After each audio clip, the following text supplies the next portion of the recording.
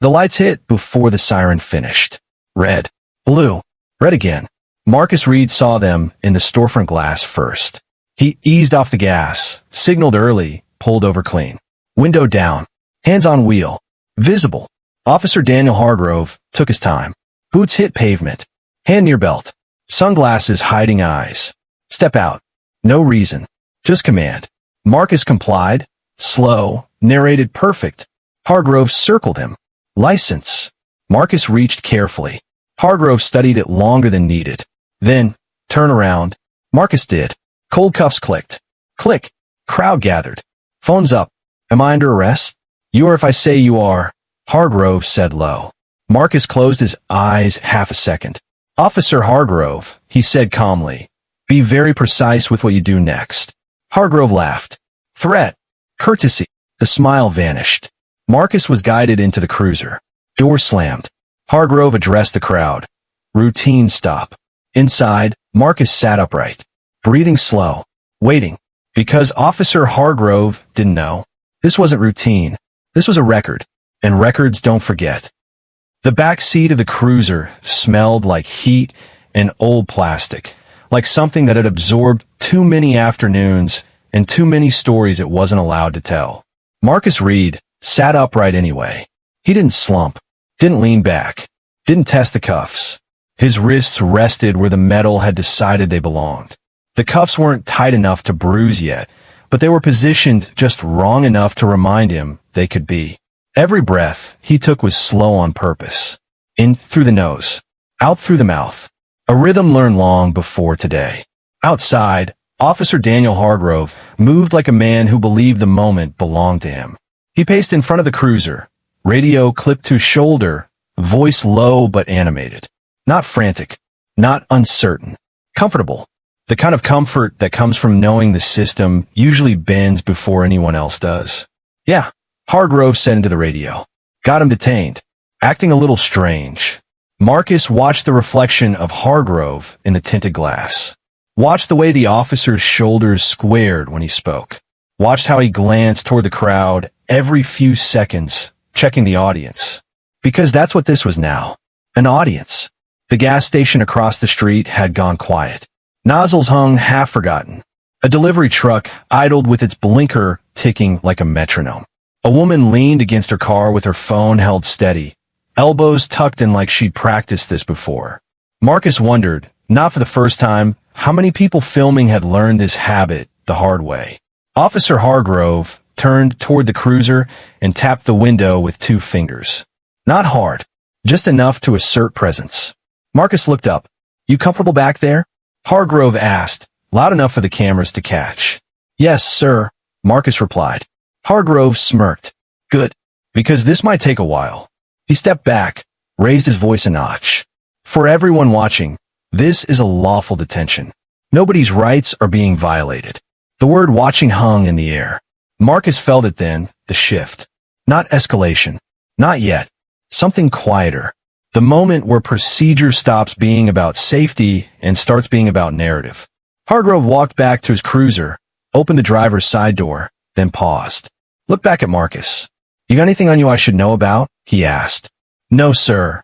No weapons? No drugs? No, sir. Hargrove nodded, satisfied.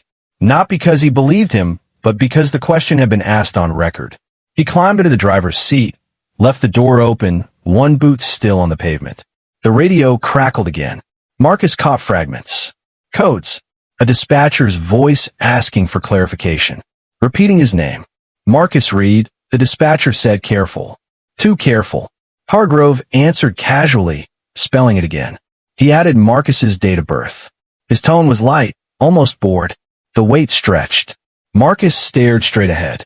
The glass in front of him reflected a warped version of the street. Faces bent, lights smeared. He could feel his heartbeat in his wrists where the cuffs pressed. Not panic, awareness. He thought about the meeting he was supposed to be heading to. Thought about the irony of the timing. Thought about how often timing like this was described as coincidence by people who never had to experience it. Hargrove shut the cruiser door and finally sat down fully, turning the key just enough to run the electronics. The dashboard lights glowed. So, he said, glancing at Marcus in the rearview mirror. You want to tell me why you were driving like that? Marcus met his eyes in the mirror. Driving like what, sir? Hargrove chuckled. You tell me. I wasn't aware I was doing anything wrong. That's so. Yes, sir. Hargrove shook his head slowly, like a disappointed teacher. Funny, because you looked real nervous when I lit you up. I signaled and pulled over. Too fast. Marcus didn't respond. People with nothing to hide usually take their time. Hargrove continued. You ever notice that? Marcus inhaled. Exhaled. I was trying to comply. Hargrove laughed softly, always with the buzzwords. He leaned back in his seat, one hand on the steering wheel, the other resting near his radio. He let the silence work for him this time. Marcus felt the eyes again. Even through the metal and glass, he could feel them. The crowd hadn't thinned. If anything, it had grown. A car slowed as it passed, the driver craning his neck. Hargrove noticed too. He opened his door and stepped out again, turning his body so the cameras could see his face clearly. He spoke louder now. Sir, you were stopped for erratic driving. Marcus blinked. Erratic. The word landed heavy because it was vague enough to mean anything and nothing. Can you explain what you mean? Marcus asked, keeping his voice even. Hargrove's jaw tightened just a fraction. He turned back toward the cruiser, leaned down so his face was closer to the window. Don't question me, he said quietly. That's not how this works. Marcus held his gaze. Not defiant. Not submissive. Present. I'm asking for clarity, he said. Hargrove straightened, stepped back. He took a breath, then addressed the crowd again. This is exactly what I'm talking about, he said, refusing to cooperate, making things difficult. A murmur rippled through the onlookers. Someone said, he's calm. Someone else shushed them. Marcus felt the familiar weight settle in his chest, the one that came when words were twisted just enough to turn composure into guilt. Hargrove walked to the trunk of his cruiser and popped it open. The sound echoed louder than it should have. He didn't take anything out. He just stood there for a moment, hands on his hips, surveying the scene. Control. That's what this was about. He closed the trunk and walked back toward Marcus, stopping just short of the door. Here's how this is going to go, Hargrove said. You're going to sit tight while I figure out what's going on. The more cooperative you are, the smoother this will be. Marcus nodded once. Understood. Hargrove raised an eyebrow. You got a smart mouth for someone in cuffs. I'm speaking respectfully. Respect isn't just tone, Hargrove replied. It's attitude. That line hit the crowd. Marcus saw it in their faces, the recognition, the shared understanding of what that meant and who it was usually applied to. Minutes passed. The sun dipped lower, angling through the buildings. The cruiser grew warmer. Sweat gathered at the base of Marcus's neck, trickling slowly down his spine. He ignored it. Hargrove busied himself with small motions, adjusting his belt, checking his watch, pacing. Each movement broadcast ease. Ownership. The radio crackled again. This time, Hargrove turned his body away from the crowd slightly. His voice dropped. Say that again. Marcus watched the muscles in Hargrove's back tense. The officer responded, slower now. No, I've got him detained. Just running him. A pause. Hargrove glanced back at Marcus. Their eyes met briefly in the reflection. He broke eye contact first. Copy, Hargrove said into the radio. Stand by. He clipped the radio back into place with more force than necessary. Then he walked back toward the cruiser, stopping directly in front of Marcus's door. Who exactly did you say you were meeting? He asked. I didn't, Marcus replied. Hargrove's lips pressed into a thin line. You're being real careful with your words. Yes, sir. Why is that? Marcus met his gaze. Because words matter. The air shifted again. Hargrove stared at him for a long moment, then laughed, sharp, humorless. You think you're smarter than me? He asked. No, sir. You think because you're calm you're in control? Marcus didn't answer. Hargrove leaned closer to the window, his reflection filling Marcus's view. Let me make something clear, he said, voice low. Out here, I decide what matters. I decide what goes in the report. I decide how this looks. He straightened, raised his voice again. And right now, it looks like you're being uncooperative. Across the street, a man shook his head. Someone whispered, That's not right. Hargrove shot them a look so sharp it cut the conversation short. Marcus closed his eyes for a brief second, then opened them. He let the silence answer for him. Hargrove stepped back, exhaled loudly through his nose, and reached for his radio again. "Supervisor en route," he announced, loud enough for everyone to hear. "Since you want to play games." Games. Marcus felt a flicker of something then. Not fear, not anger, recognition. This was the part where most people broke, where frustration leaked out, where a raised voice or a sharp word gave the story the ending it was being pushed toward. He didn't give it that. He sat still. He breathed. He waited. Because humiliation, he knew, only works if you rush to escape it. And Officer Daniel Hargrove was taking his time, not realizing that every second, every word, every choice was stacking neatly into something he wouldn't be able to outrun. The supervisor didn't arrive right away. That was the first thing Marcus noticed. Officer Daniel Hargrove had said it confidently. Supervisor en route, the way people do when they want a statement to feel final. But minutes passed, then more minutes, and the only thing that changed was the light. The sun slid lower, sharpening shadows, turning the cruiser into a glass box under a slow spotlight. Marcus sat inside it like evidence. Hargrove used the delay the way he used everything else, as leverage. He paced again, wider now, more visible. He spoke into his radio louder, longer, as if the sound itself could manufacture legitimacy. Every few sentences, he glanced toward the crowd, then back at Marcus, making sure both sides knew who he believed the moment belonged to.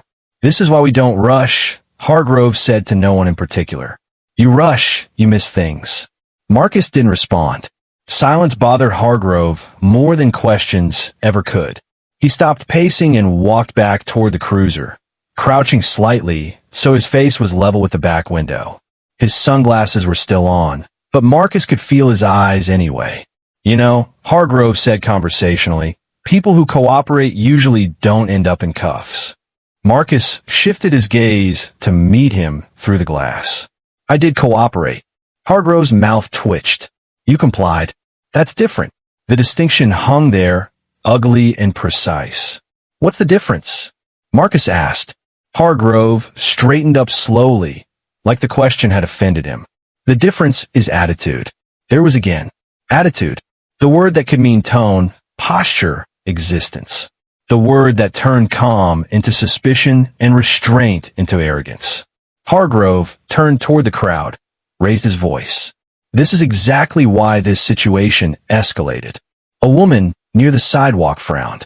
"Escalated how?" Hargrove's head snapped toward her. "Ma'am, I'm not talking to you. I'm just asking." "Keep moving," he snapped. She didn't, but she lowered her voice, murmuring to the man beside her. Their phone stayed up. Marcus watched all of it, cataloging details without effort. The way Hargrove's shoulders tightened when challenged. The way his voice jumped half an octave when he fell eyes on him. The way his explanations kept changing shape depending on who was listening. That was escalation, not force. Narrative. Hargrove returned to his cruiser and leaned against the hood, arms crossed. He spoke into his radio again. "Dispatch, what's the status on that supervisor?" A pause. "Copy," Hargrove replied, though whatever he'd heard hadn't pleased him. He clipped the radio back onto his shoulder harder than necessary. He walked back to Marcus. "You got a job, Marcus?" he asked suddenly. "Yes." "Where?" "I prefer not to discuss my employment without counsel." The air shifted. The crowd leaned in without realizing it. Hargrove laughed, but it was thin now. "Counsel? For a traffic stop?" "For a detention," Marcus corrected. Hargrove's smile dropped. "There it is," he said. "That's the problem. You're making this bigger than it needs to be." "I didn't put the cuffs on myself." Hargrove stared at him, then turned away abruptly, like the words had landed somewhere he hadn't expected. He walked a few steps, then spun back around. "You always talk like that." "Like what?" "Like you're above this." Marcus met his eyes through the rearview mirror. "I'm talking like someone who knows his rights." Hargrove's jaw flexed. "Rights don't mean much if I suspect criminal behavior," he said. "What criminal behavior?" Marcus asked. Hargrove hesitated. just for a second. Then, you were evasive. The crowd reacted to that. A low murmur, disbelief rippling outward. Marcus nodded slowly. By pulling over and following instructions? Hargrove's face flushed. By acting nervous. I wasn't nervous. You were. I wasn't. Hargrove stepped closer, his face filling the window again. I decide that. There was. Not suspicion. Not safety. Decision. Hargrove straightened and turned back to the crowd, raising his voice again, letting authority swell into performance. Folks, this is why compliance matters, he said. If you're polite and cooperative, things go smoother. Marcus felt the weight of that lie settle over the scene. Polite had never saved anyone. Hargrove opened the cruiser door and slid into the driver's seat again, shutting it firmly. The engine idled. The radio crackled. Marcus caught the dispatcher's tone this time. Less neutral. More careful. Confirming identity, the dispatcher said. Stand by. Hargrove leaned back, exhaled sharply, then glanced at Marcus in the mirror. You sure you don't want to help yourself out here? Marcus didn't answer. Because I'm trying, Hargrove continued. I really am. But you're making this difficult. The accusation landed exactly where it was meant to, as blame. Outside, a car pulled up across the street and parked. Two teenagers got out, phones already up. Someone across the way muttered, "This is messed up." Hargrove heard it. He opened his door and stepped out again, slamming it behind him. The sound echoed. That's enough, he barked at the crowd. You're interfering. We're just watching, someone said. Hargrove pointed at them, then watched from a distance. He took a step toward them, hand brushing his belt. The crowd shifted back instinctively, but they didn't leave. Marcus felt something cold settle in his stomach. Not fear for himself, recognition of the pattern. Pressure applied outward when inward control started to slip. Hargrove returned to the cruiser, breathing harder now. He leaned down again, voice low and tight. You enjoying this? He asked Marcus. No, Marcus replied. Because it looks like you are. Marcus shook his head once. I'm just waiting. For what? For this to be handled correctly. Hargrove laughed sharply. You think you get to decide what correct looks like? Marcus met his eyes. No, I think procedure does. That word hit harder than Marcus intended. Procedure. Hargrove straightened slowly. His posture changed, not aggressive now, but rigid. Defensive. He turned away and walked a few steps, then spoke into his radio again, quieter this time. Yeah, I understand. No, he hasn't said anything, Marcus watched his shoulders tense again. Hargrove turned back, eyes scanning the crowd, then the cruiser, then the street beyond. He was recalculating. The performance shifted. He approached the cruiser again, this time with a clipboard. He flipped it open, pen scratching loudly as he began writing. Time of stop, he muttered. Reason for detention. He paused, then wrote anyway. Marcus watched the pen move. Erratic driving. Hargrove said out loud as he wrote it, like speaking it made it true. Marcus didn't object. The crowd murmured. Hargrove snapped the clipboard shut and looked at Marcus again. You got any idea how this looks? Yes, Marcus said. I do. Hargrove scoffed. Then why don't you say something? Because anything I say will be used to justify what's already been decided. The silence that followed was heavy. Hargrove stared at him, then turned away sharply, rubbing the back of his neck. He paced again, faster now. The radio crackled. Unit 12, the dispatcher said, voice measured. Supervisor is 5 minutes out. Hargrove exhaled loudly. Copy. 5 minutes. He looked at Marcus again, eyes narrowed. You like attention? He asked. No, because you're getting a lot of it. Marcus glanced toward the crowd, then back at Hargrove. I didn't invite it. Hargrove laughed bitterly. Funny. You could end this real quick if you wanted to. Ow! By being honest. Marcus tilted his head slightly. About what?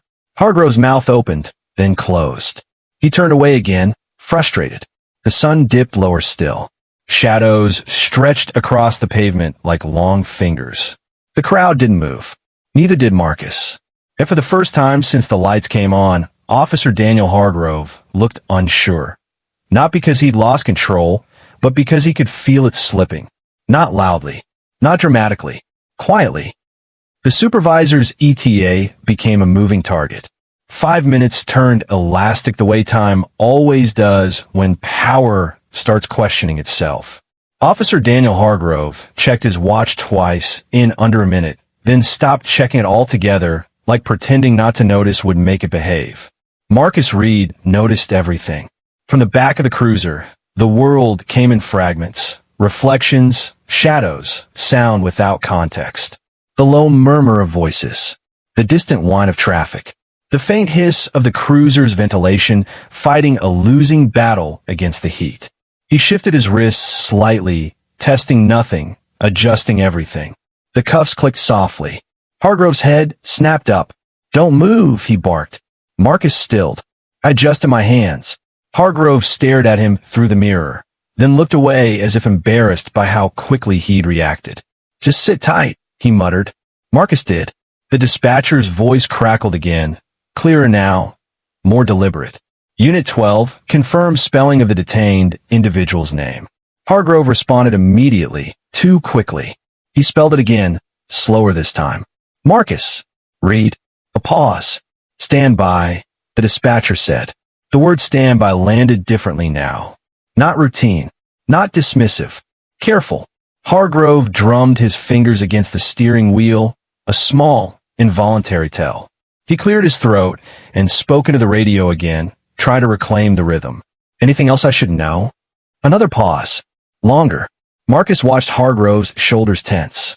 Watched the subtle shift in posture. The way confidence, when questioned, becomes something brittle. Outside, the crowd had reorganized itself. People stood in loose clusters now, murmuring. A man in a work uniform leaned against his truck, arms crossed. The woman from earlier sat on the hood of her car, phone still recording, battery pack dangling. This had stopped being spectacle and started being documentation. Hargrove stepped out of the cruiser again, pacing faster than before. He spoke to the crowd with forced ease. "Supervisor's on the way," he announced. "We'll clear this up." Clear it up. Marcus closed his eyes briefly, then opened them. He stared straight ahead, breathing measured, slow. Hargrove walked to the trunk again, opened it, then shut it without touching anything. He rubbed his palms together, then wiped them on his pants. The radio crackled. "Unit 12, the dispatcher said, voice neutral but precise. Can you confirm the reason for arrest?" Hargrove stiffened. "Detention," he corrected quickly. "Not arrest." "Copy," the dispatcher replied. "Reason for detention?" Hargrove hesitated. Marcus felt the hesitation like a pressure change. "Erratic driving," Hargrove said again, less confident this time. Another pause. "And the basis for cuffs?" the dispatcher asked. Hargrove looked back at the cruiser. His eyes met Marcus's in the mirror. "For officer safety," he said. Silence. Not static. Not interference. Silence. The crowd leaned in collectively, sensing the shift even if they couldn't hear the words. Marcus felt it too, the moment where the system stopped nodding along and started asking for receipts. Hargrove exhaled sharply, then keyed the radio again. He was acting suspicious. "How so?" the dispatcher asked. Hargrove opened his mouth, then closed it. He glanced toward the crowd, then back at the cruiser. "He refused to answer questions," he said finally. Marcus spoke then, not loud, not sharp, just clear. "I answered every lawful question." Hargrove whipped around. "I didn't ask you to speak." "I'm clarifying," Marcus said. "For who?" Hargrove snapped. "For the record," Marcus replied. That did it. Hargrove stepped back from the cruiser like he'd been touched. His face flushed, color creeping up his neck. He turned away and spoke into the radio again, voice tight. "Dispatch, I've got a subject here being argumentative." Marcus closed his eyes for a half second, then opened them. The dispatcher didn't respond immediately. When she did, her tone was different. "Copy," she said. "Supervisor is 2 minutes out." 2 minutes. Hargrove paced again, faster now.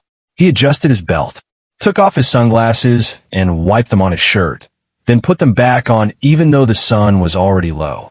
The crowd murmured louder. Someone said, "They're asking him questions now." Someone else said, "He's not doing anything."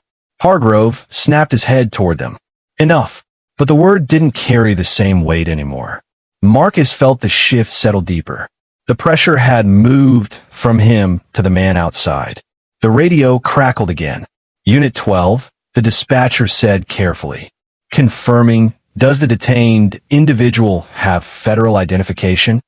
Hargrove froze. The word federal landed like a drop plate. What? Hargrove asked. Confirming identification. The dispatcher repeated. Stand by. Hargrove's jaw clenched. He turned slowly toward the cruiser. Eyes locked on Marcus now. Not accusatory, not dominant. Searching. Marcus met his gaze evenly. He said nothing. The crowd felt it. The air changed. Phones tilted higher. Hargrove took a step closer to the cruiser, then stopped himself. He swallowed. The radio crackled again, softer this time, like the dispatcher was choosing her words. Unit 12, are you aware of any federal credentials associated with Marcus Reed? Hargrove's voice came out strained. No. Another pause. Stand by, the dispatcher said again. Hargrove stared at the radio like it had betrayed him. Marcus remained still. This was the quiet shift. The one nobody ever filmed in movies because it wasn't loud enough.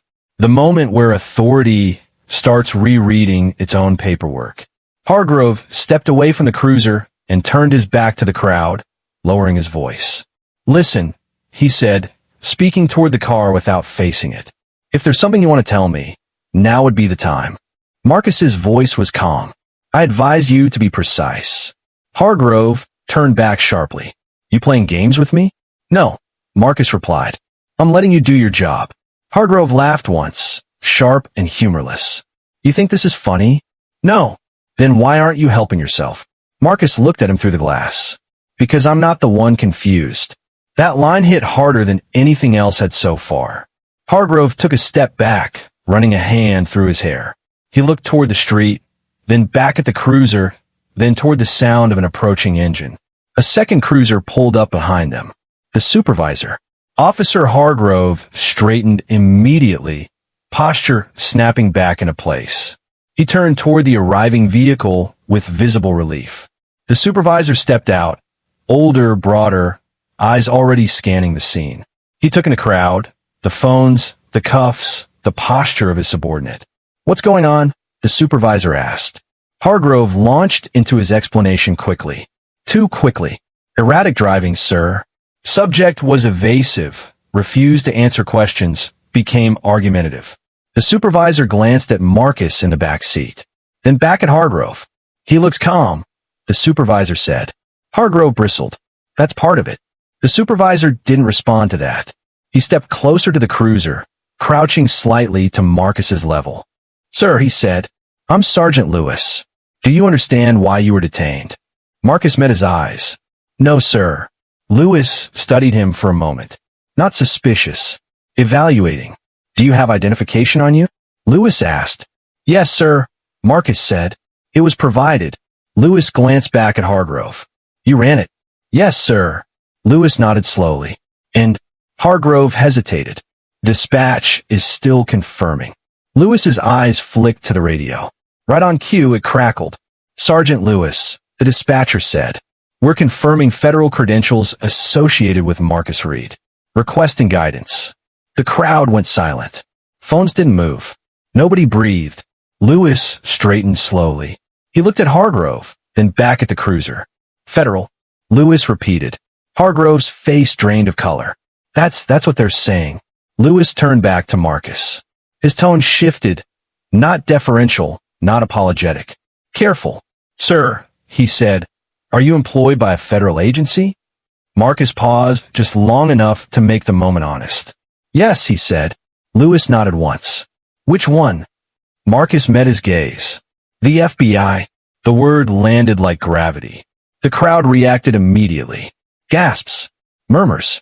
Phones shaking slightly as people adjusted their grip. Hargrove took a step back without realizing he'd moved. Lewis exhaled slowly, then turned toward Hargrove. Did he tell you this? Lewis asked. Hargrove shook his head. No. Lewis looked back at Marcus. Did you refuse to tell him? No. Marcus replied. He didn't ask. Silence. Lewis closed his eyes briefly, then opened them. He straightened his shoulders. "Dispatch," he said into his radio. "Confirm credentials." "Confirmed." The dispatcher replied almost instantly now. "FBI Special Agent Marcus Reed." The word special agent echoed across the scene like a gavel. Hargrove stood frozen. Lewis turned toward him slowly. "Why is he in cuffs?" Hargrove opened his mouth. No words came out. The quiet was devastating. Nobody moved. Not the crowd. Not the officers. Not even the wind. The word confirmed hung in the air, heavy as smoke after a gunshot. FBI Special Agent Marcus Reed. Every syllable reverberated like a hammer strike.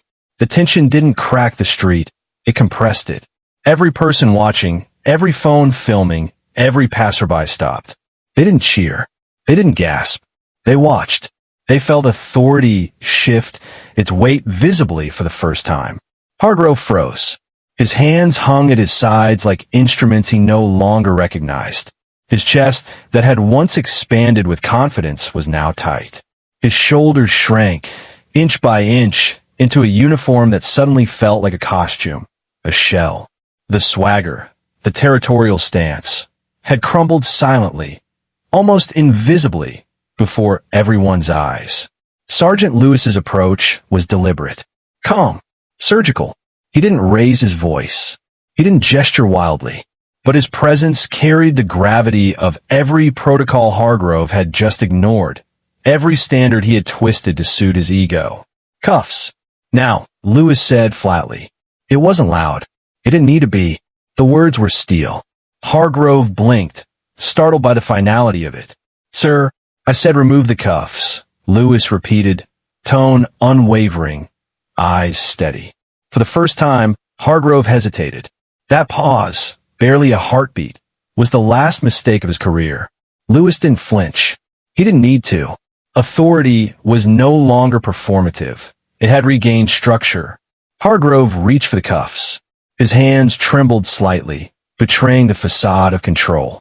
The key clicked against the metal, slow and deliberate, loud against the quiet tension of the moment. One cuff fell free, then the other.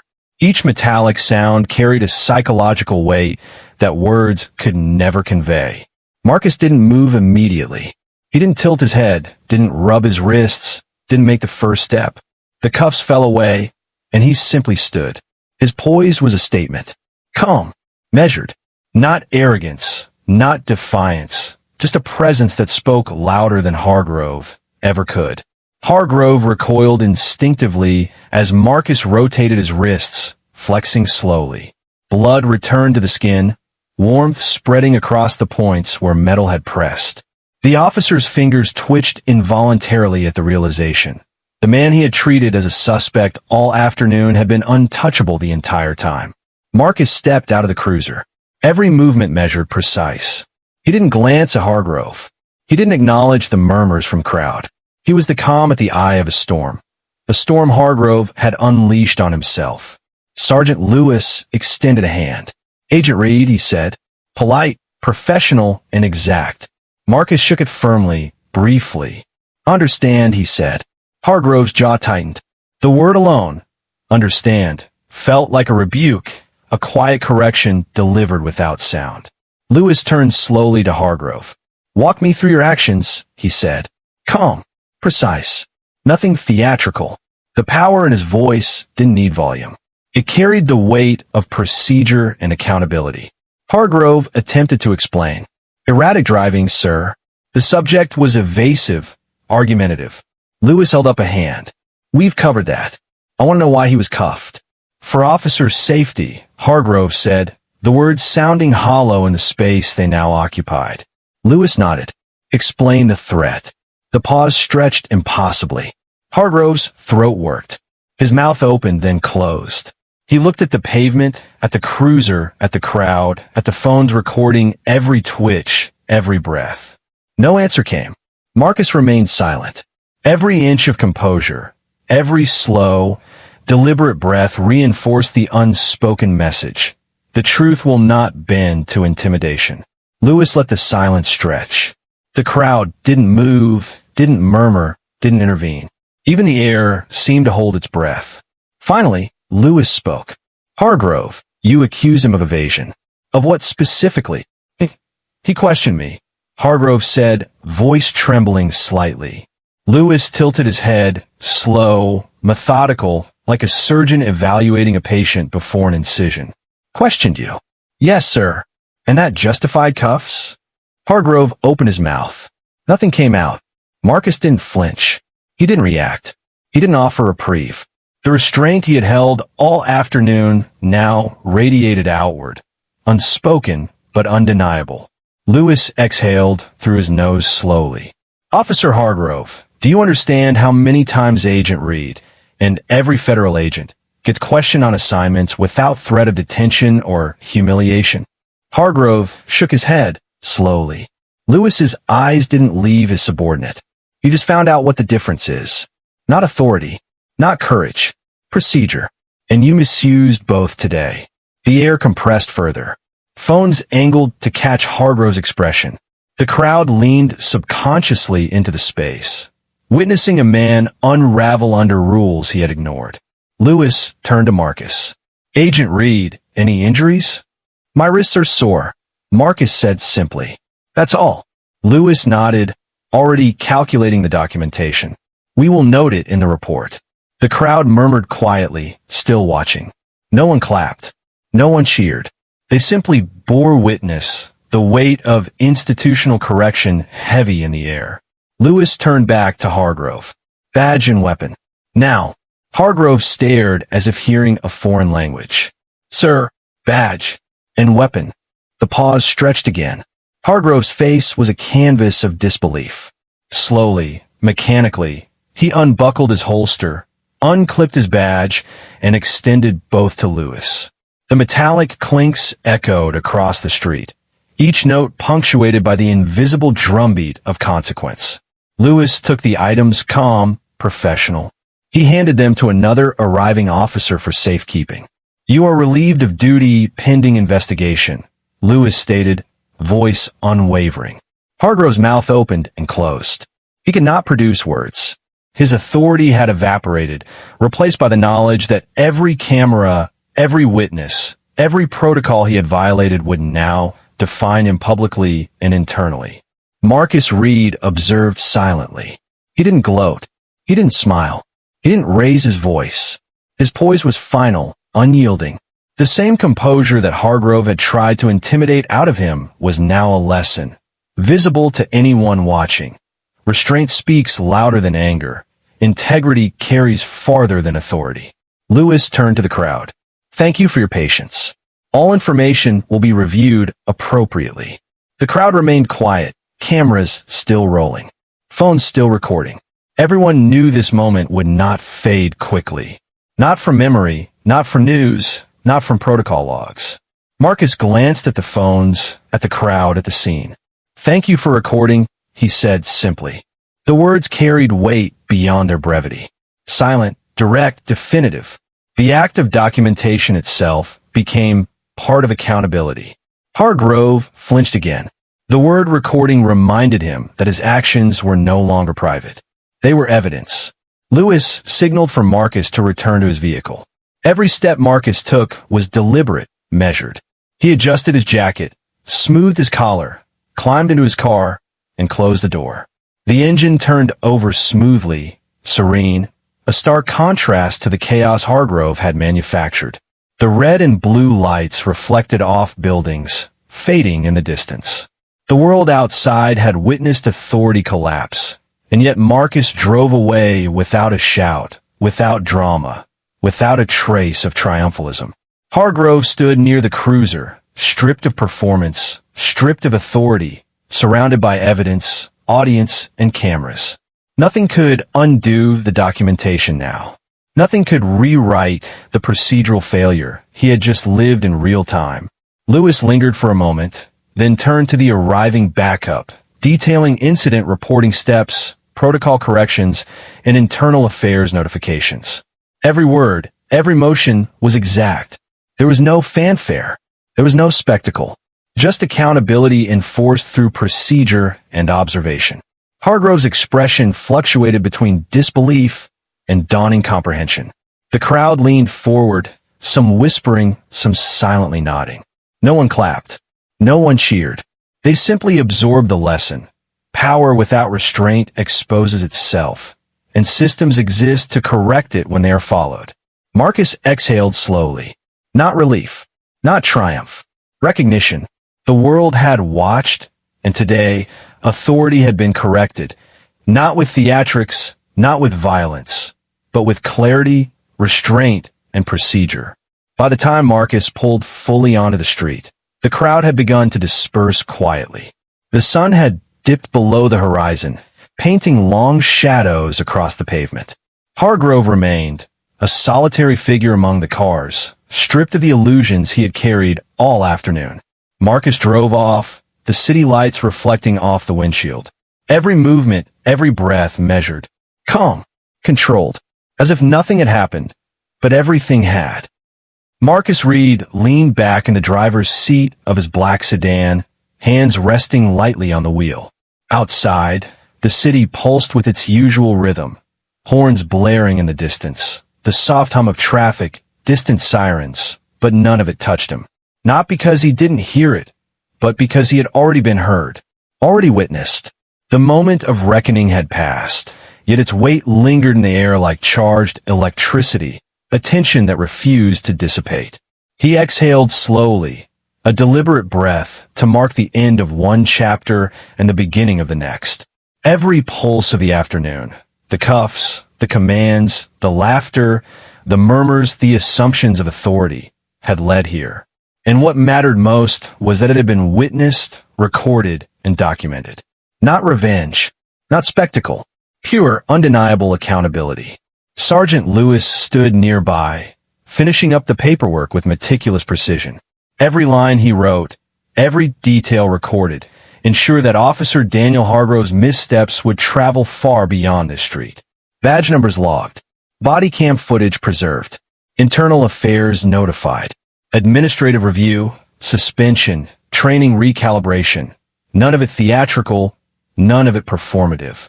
Just procedure enforced. The weight of consequence had already begun pressing on Hargrove, and Marcus knew it would follow him relentlessly.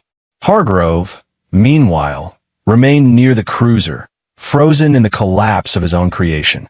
The swagger that had carried him through the afternoon, the assumptions, the microaggressions, the unearned dominance was gone.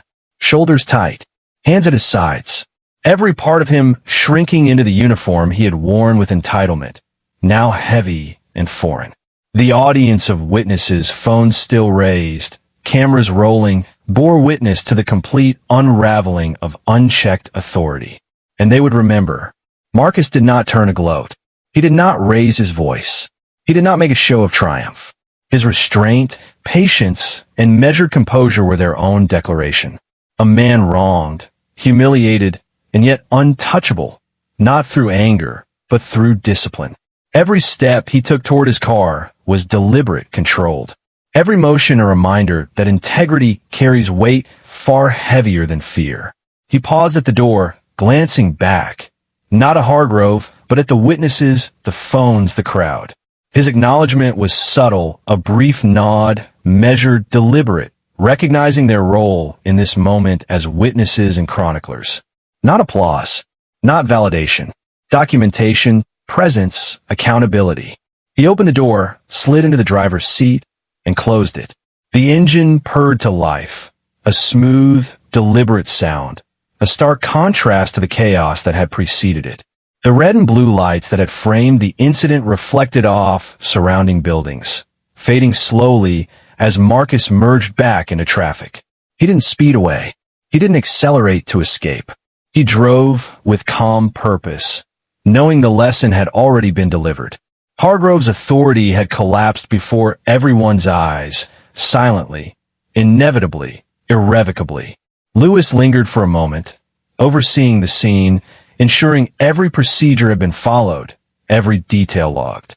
Hargrove's relief, or fear, Marcus couldn't tell, was palpable. Badge removed, weapon secured, internal affairs notification sent.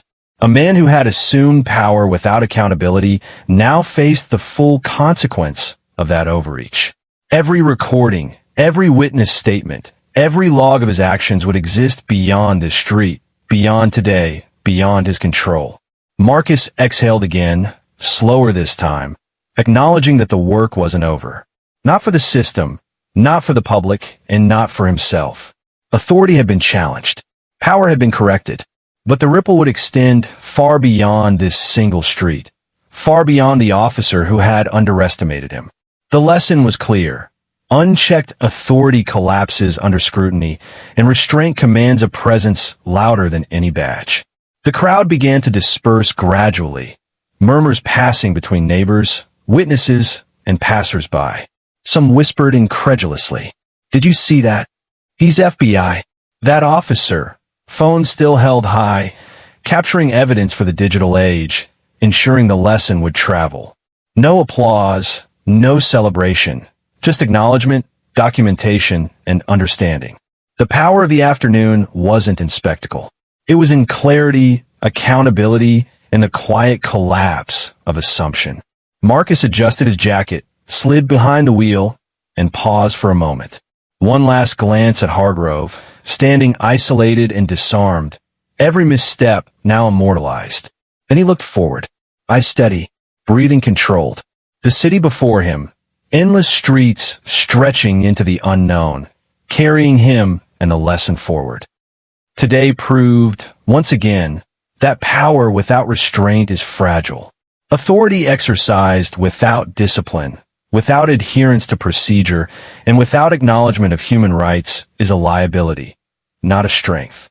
Marcus Reed's restraint, his patience, and his understanding of his rights did more than protect him. They exposed the fragility of unchecked power. They reminded everyone watching that accountability exists when systems are properly applied, when composure prevails, and when authority meets truth. Humiliation, even when public, does not define a person. Rage, spectacle, and fear are temporary tools.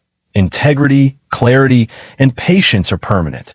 And in a world that often assumes the worst of black men, Marcus's calm, measured presence demonstrated that skill, procedure, and discipline can turn oppression into systemic correction.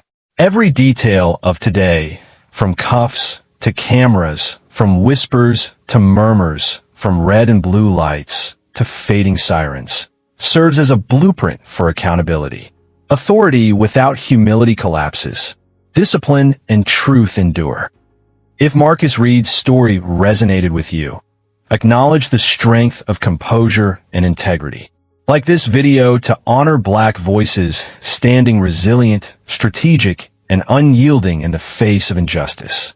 Subscribe to Silent Struggle Studios for more raw, cinematic stories where authority is challenged and justice is reclaimed. Comment below where you watched this story unfold and share your perspective. Your voice matters. Your story deserves to be seen. Because the world witnessed it. Because accountability prevailed. Because dignity, patience, and truth cannot be silenced.